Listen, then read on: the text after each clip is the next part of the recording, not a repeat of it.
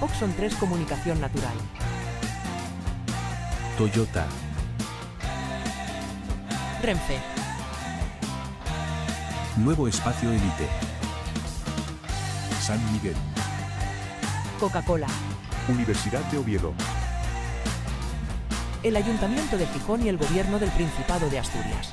Patrocinan la 38ª edición de la Semana Negra. Hola, hola, hola. Es que quedasteis de firmar de antes, firmo luego y... O sea que ya nos abandonamos. A ver, sí, ahora sí. Acabamos de presentar en la otra carpa La Asturianita, que es un libro estupendo, y acaba de presentar la Aitana Castaño, que es tremenda, pero yo no soy tan tremenda como Aitana, yo soy un poco más seriuca, ¿eh? Y entonces siempre me gusta a mí contextualizar un poco las cosas. Me imagino que aquí muchas de las que estáis conocéis a Pilar. Entonces voy a pasar muy por alto esa presentación más oficial que nunca se hacen en la Semana Negra, pero que a mí me gusta hacerlas porque siempre hay alguien que a lo mejor no la conoce. Pilar es escritora y de formación historiadora, lo cual es muy importante para lo que nos trae hoy aquí. Y luego de profesión fue biblioteconomista. Se dedicó a la organización de archivos en el Principado, empezó por Juventud, terminó por no se sabe dónde, una labor que no os voy a contar hoy, desde luego, pero que es una labor encomiable la que hizo Pilar en ese terreno.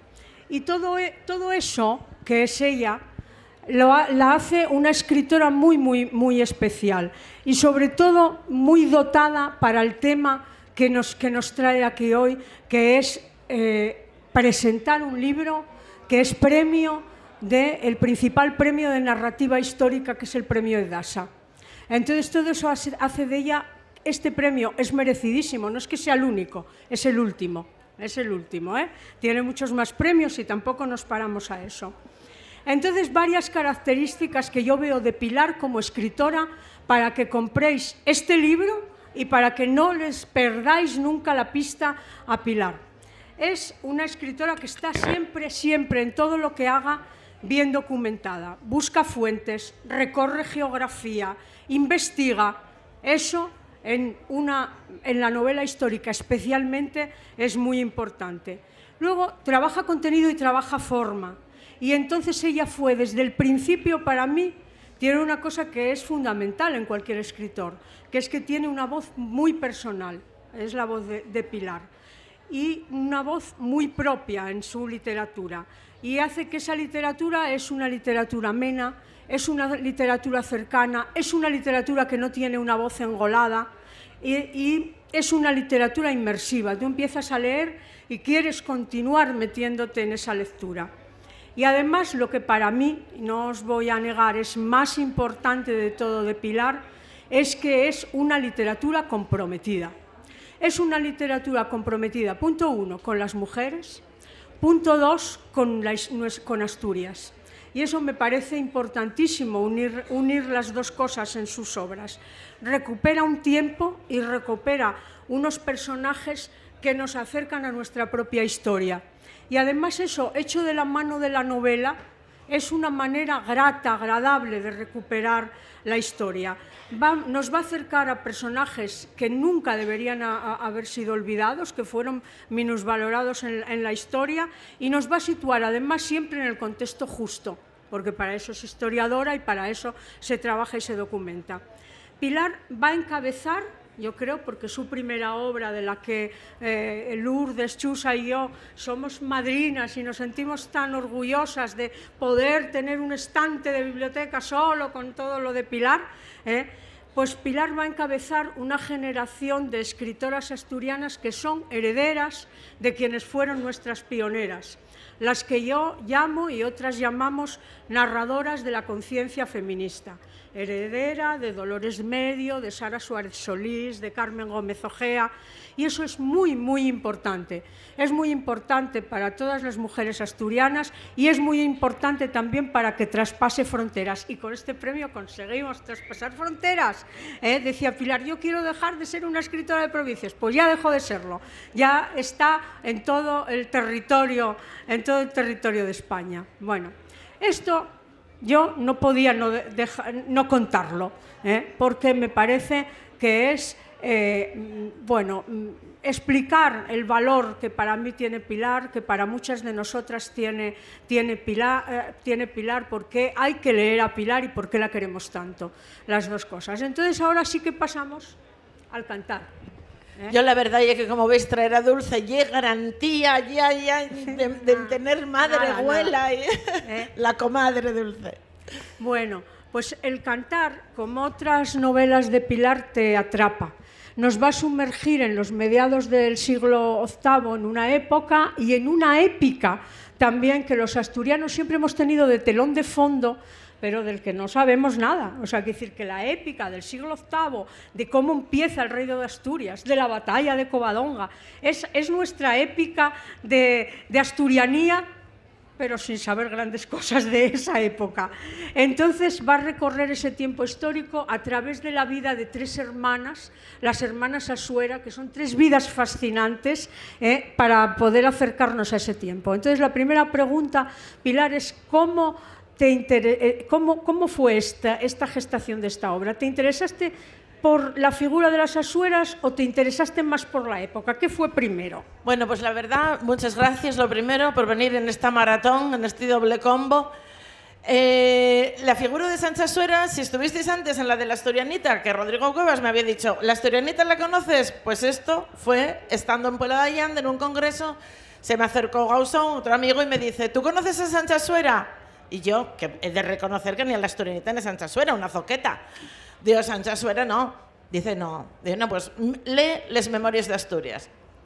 Y entonces llego a la biblioteca, me pongo como una loca a leer Les Memorias de Asturias, Les Memorias de Asturias, y un manuscrito de 1622 que está en la Biblioteca Nacional y que escribió un clérigo avilesino, nada sospechoso de feminismo, ahí te lo digo.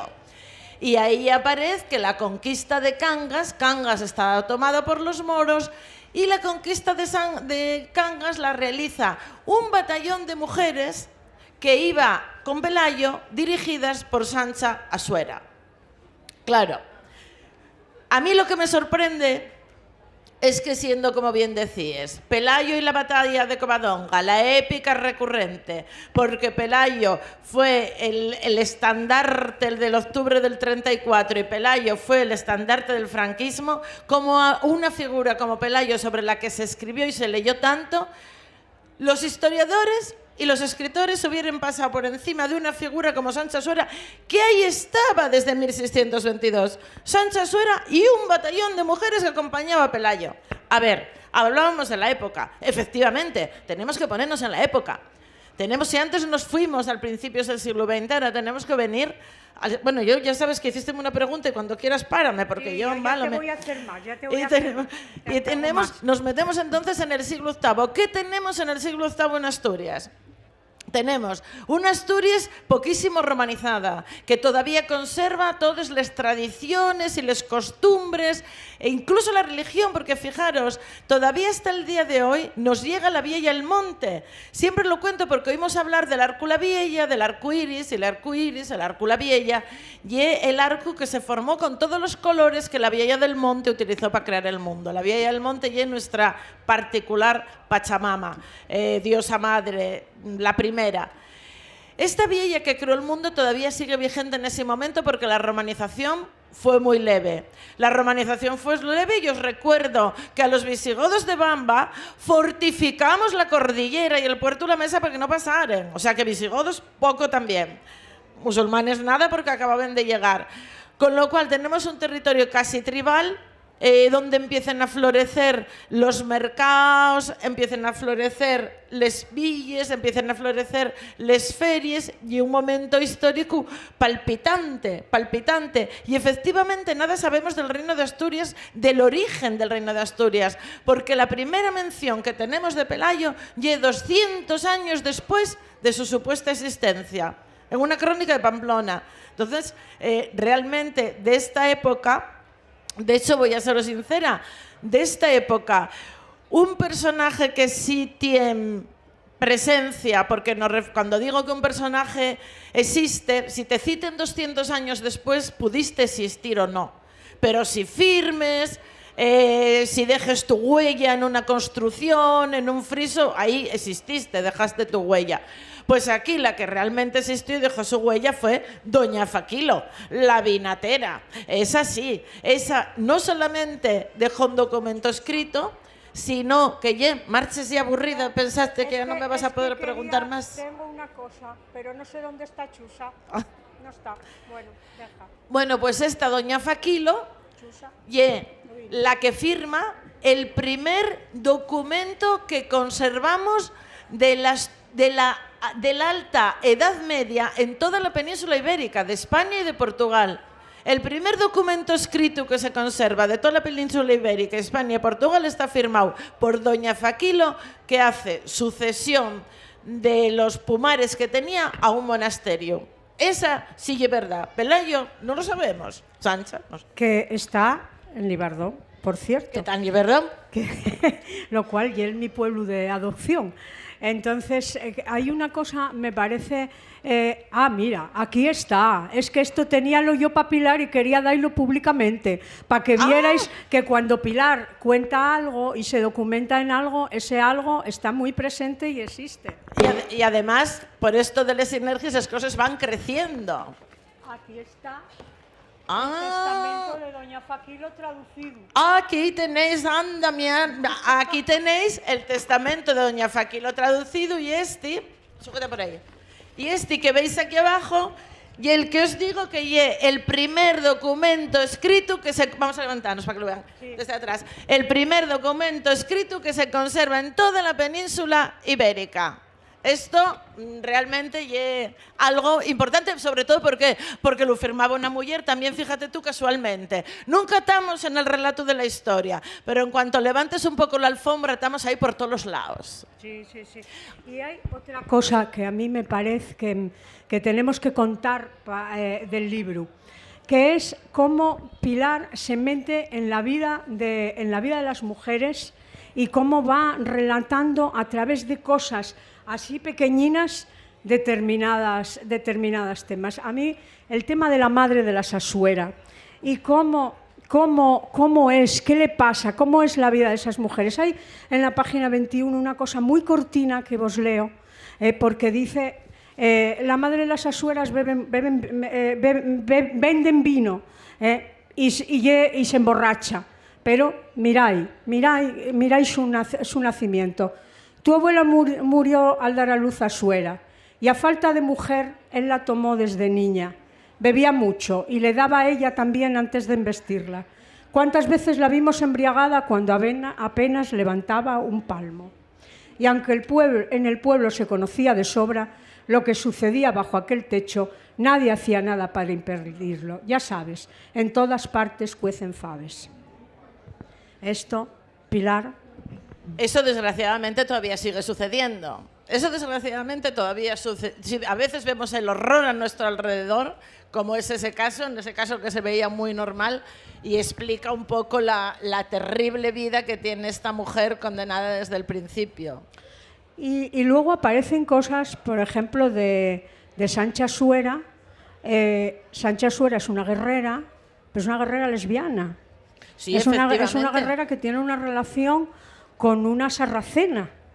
Claro, esto, vamos a ver, estamos en un tiempo, antes no acabamos de hablar de ese tiempo en el que estamos, es un tiempo muy poco cristianizado, es un tiempo en ese sentido muy tolerante. Daros cuenta, por ejemplo, que no solamente Sancha Suera tiene una pareja mora, que esto era muy frecuente también, sino porque de hecho ya sabéis que uno de los reyes que tuvimos, Bermudo, ya tenía ahí el amante. Bueno, sino que otra protagonista es la barragana de un cura, porque hasta 1240 en el Concilio de Letrán la Iglesia no impedía que los curas tuvieran mujeres. Mientras no se casaran, podían tener mujeres perfectamente. Entonces, eso, como lo de los trovadores, las trovadoras, son pinceladas que voy dando para que realmente se vea cómo era la sociedad. Cuando, por ejemplo, antes hablábamos de lo del batallón de mujeres, tenéis que tener en cuenta que en esta sociedad organizada, realmente si hay una revuelta participan todos. Es como ahora, cuando presentábamos el otro día con Marga Romero la prehistoria de las mujeres, ¿no?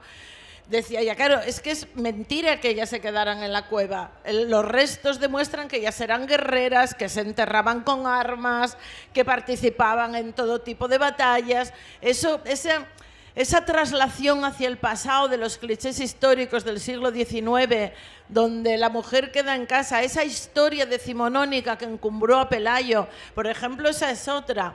Claro, la historia de Pelayo que nosotros conocemos es una historia del siglo XIX. Es una historia contada en el siglo XIX con vírgenes y flechas que rebotan, con una heroicidad y una épica que es del siglo XIX, no tiene nada que ver con lo que hay en ese momento.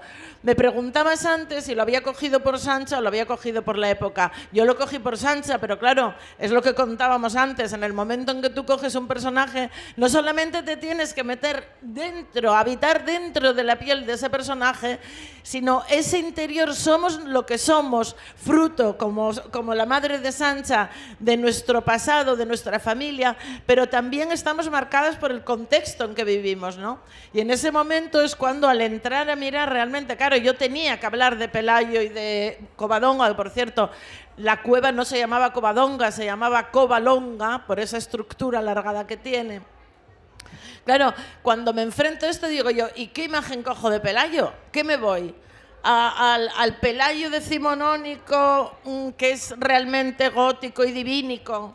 Yo no, pues me voy a ir a la primera historia que se contó de Pelayo, que es de Pedro del Corral, de 1475, creo. Y ahí ya narra, es la primera historia que narra de este Pelayo, que se acerca muchísimo al de aquí, porque es un Pelayo que se quedó en Córdoba, no tiene nada que ver con esa épica del que volvió y el que batalló, porque realmente yo creo que le quedaba grande la idea. A mí lo que me gusta muchísimo también de esta novela, aparte de toda esa recuperación histórica, es la relación de las tres hermanas Asuera, porque cada una de ellas está mostrándonos las distintas posibilidades de ser mujer en aquella época.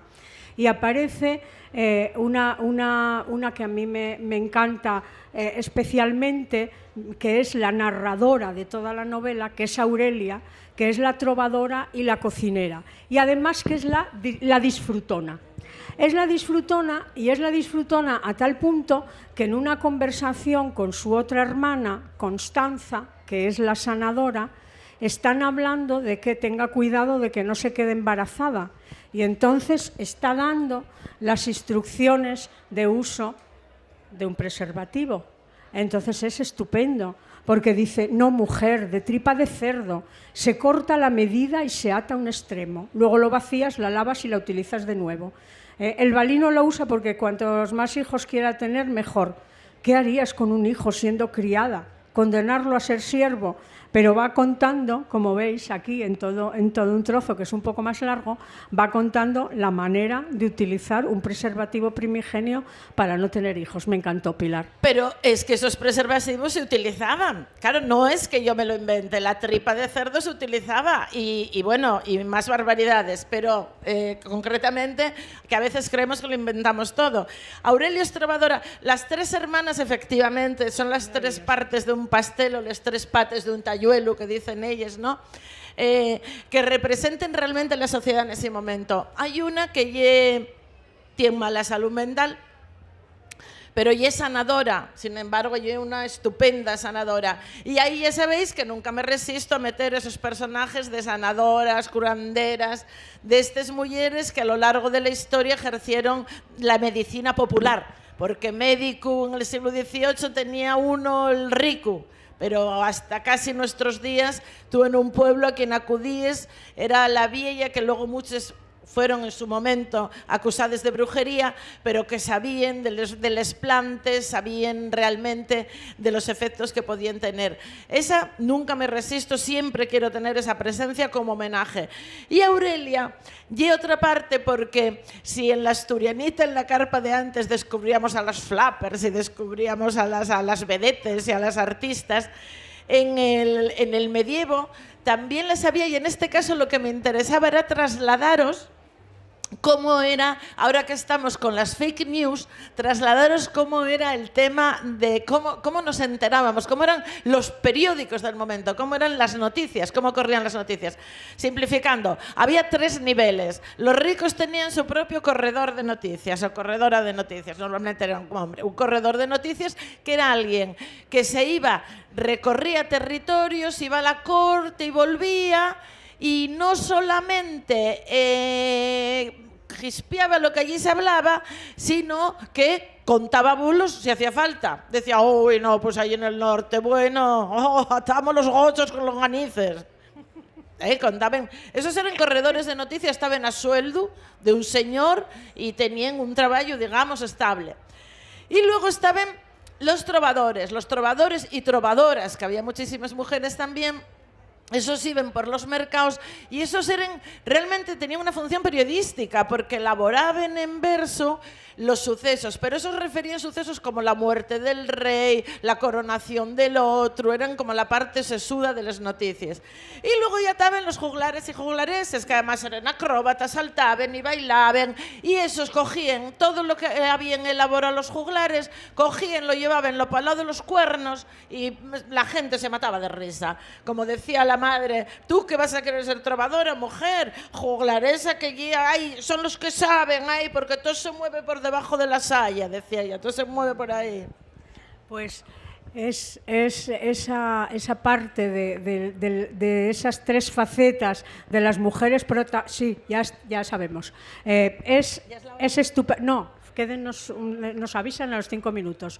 Pero hay otra parte que a mí me gusta muchísimo, que es la estructura que Pilar le dio a la novela, donde, por un lado, la narradora va contando en el pasado, va rememorando todo lo que fue su vida, y luego, por otra parte, va viendo otra voz, que es una voz que Pilar tituló El Valle de Orandi, porque yo creo que el Valle de Orandi sigue siendo, para los asturianos hoy, que nos gusta la naturaleza, un lugar mágico, y ese lugar mágico tuvo que ser un lugar mágico en el pasado también. Simplemente entrar y ver las fotos del Valle de Orandi. Entonces, en esa estructura hace de la novela una placidez de lectura grandísima, porque te va llevando en el presente que ellas están y en la rememoración de lo que fue toda su vida.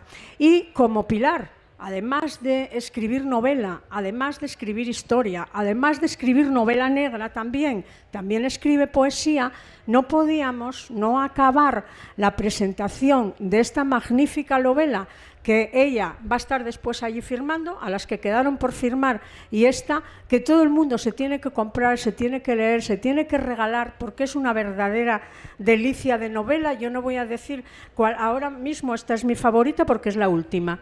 Ya sabes que tengo otra favorita, así que hay que tenerlas todas. Hay que tener en casa un estante que diga Pilar Sánchez Vicente, porque yo creo que Pilar merece ese estante y nosotros nos lo merecemos también, porque vamos a ir leyendo la historia de nuestras propias ancestras al ir leyendo la literatura de Pilar. Entonces el libro se titula Cantar del Norte, y yo quiero acabar que tú leas o que yo lea Cantar del Norte. Antes de que os lo lea, únicamente decir que yo lo presenté a ese premio como La Valentona, el cantar de Sancha Suera, porque la trovadora hace ese cantar. Bueno, pues ahora lo leemos para que veáis qué maravilla. Ante todas vosotras en esta noche serena, hará eco en este valle el cantar de Sancha Suera, para que vuestras gargantas lo lleven por otras tierras y otras voces lo repitan ante remotas hogueras, que ni moras ni cristianas fue ninguna parecida, pues no hubo otra mujer tan colosal y querida como nuestra valentona, la cual, como feroz leona, liberó en Cangas la villa y fuera de Covalonga, de las huestes de Pelayo, la guerrera más temida. ¡Viva Sancha Suera! Y la valentona, ahí estamos. Gracias, muchas gracias. Oxon 3 Comunicación Natural. Toyota. Renfe. Nuevo Espacio Elite. San Miguel. Coca-Cola. Universidad de Oviedo. El Ayuntamiento de Gijón y el Gobierno del Principado de Asturias. Patrocinan la 38ª edición de la Semana Negra.